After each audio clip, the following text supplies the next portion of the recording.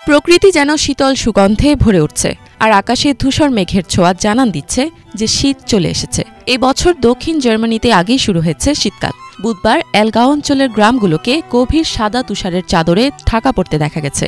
German আবহাওয়া কেন্দ্র জানিয়েছে এই তুষারপাতের জন্য আর্কটিক সাগরের ঠান্ডা বাতাস দায়ী, যা বাভেরিয়া অঞ্চলের দিকে প্রবাহিত হচ্ছে। এই ঠান্ডা আবহাওয়া আগামী সপ্তাহ পর্যন্ত জার্মানির কিছু অঞ্চলে অস্বাভাবিক ঠান্ডা বজায় রাখবে। এলাকার দর্শনার্থীরা তুষারপাত দেখে আনন্দিত।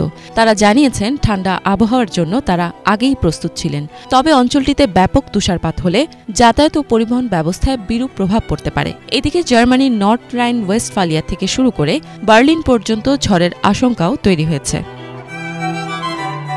অপরদিকে সুইজারল্যান্ডের জুরা পর্বত অঞ্চলও মৌসুমের প্রথম তুষারপাতের সাথে সাদা চাদরে ঢাকা পড়েছে। সমুদ্র পৃষ্ঠ থেকে প্রায় 1100 মিটার উচ্চতায় অবস্থিত মোলেন্দ্রুস পাস তুষারে আচ্ছাদিত হয়ে গেছে। ওদিকে মঙ্গলবার এক ড্রোন ভিডিওতে দেখা যায় ইংল্যান্ডের লিক শহরের বাড়িগুলো তুষারে আবৃত হয়ে পড়েছে। আগামী দিনগুলোতে অঞ্চলটিতে তাপমাত্রা উল্লেখযোগ্যভাবে নিচে নামতে পারে এবং রাতের বেলা তা হিমাঙ্কের নিচে চলে যেতে পারে। পাশাপাশি অক্সফোর্ড বিশ্ববিদ্যালয়ের মেকটানেল কলেজের বরফে ঢাকা আঙিনায় একটি দৃষ্টিনন্দন দৃশ্য দেখা গেছে। সম্প্রতি একটি ভিডিও সোশ্যাল মিডিয়ায় শেয়ার করা হয়েছে, যেখানে দেখা যায় শেয়ালরা তুষারের উপর খেলা করছে। ইফাত জাহান, বাংলা ভিশন।